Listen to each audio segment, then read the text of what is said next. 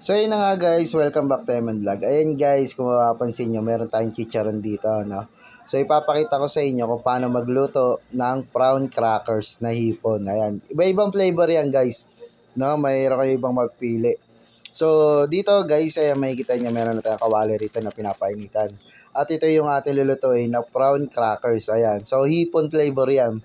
Iba-ibang flavor yan guys, pwede kayo mamili sa mga convenience store, meron yan. So, dito guys, papainit lang muna tayo ng mantika. Ayan. So, dito guys, kahit hindi kasi nung karamihan ng mantika, kasi hindi naman siya mamantika, ano, yung ating crackers na lulutuin. So, dito, kaya ilalagay nyo lang ng ganyan. Huwag nyo masyadong dadamihan guys at baka hindi magkasya sa inyong kawali.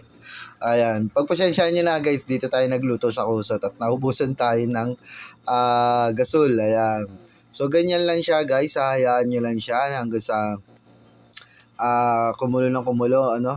So, dito kasi hindi ko pa gasinong mainit yung mantika na ilagay ko na kaya medyo matagal siya. Pero, saglit lang din yan. Pero, at yung mga kasunod yan, mabilis, ayan, no.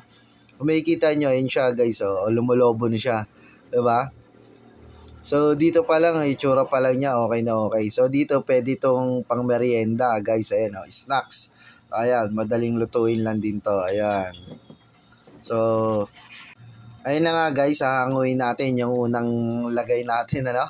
Ayan. So, okay na siya. Kailangan lahat magpantay siya guys. At medyo golden brown ang itsura niya.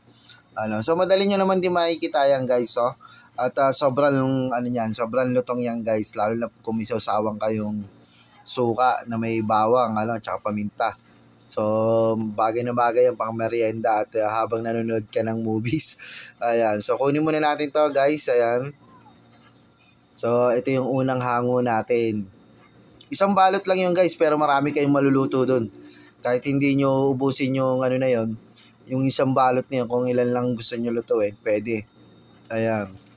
So, dito, pangalawa na guys, ito guys, mainit na yung ating mantika dito talaga. Yung medyo nag-uusok na yung mantika rito, kaya tignan nyo, paglagay ko pa lang, ay lumulobo na agad.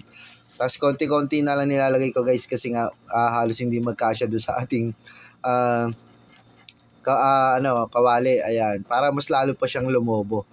Ayan, so ganyan lang siya kabilis guys na lutuin, di ba? Sa mga wala pang idea dyan kung paano lutuin yun. So, piprituhin lang yun guys, at may lasa na yan. So, kukunin na nga rin natin ito, pangalawang hango na ito. Ayan, oh. So, okay na okay ito guys. Ayan, yung ito yung pangatlo. Ayan, yung pangatlo. So, talagang lobo na agad siya. Ayan, oh. Diba? So, gano'n lang kasimple guys ang pagluto nito ng merienda na ito na prawn crackers. Ayan. So, syempre, simpleng video lang tayo ngayon guys. Tamang merienda lang tayo. Food trip, ano? Ayan. Di ba? So, mamaya guys, papakita ko sa inyo kung gaano kalutong yan. Di ba? Pinirito lang natin yan. So, ito na nga siya guys, yung isang balot. Ayan, oh, sobrang dami niya. Halos mapuno yung isang lalagyan natin dyan, oh. Ayan. So, sarap niyan guys, lalo na kung meron na kayong sausawan. Ayan. So, dito, titikman na natin guys, paparinig ko kung gaano kalutong. Ayan. So, pakinggan nyo guys kung gaano kalutong to. Ayan. Ayan, di ba? Narinig nyo? Di ba? Malutong na malutong siya guys. Isa pa.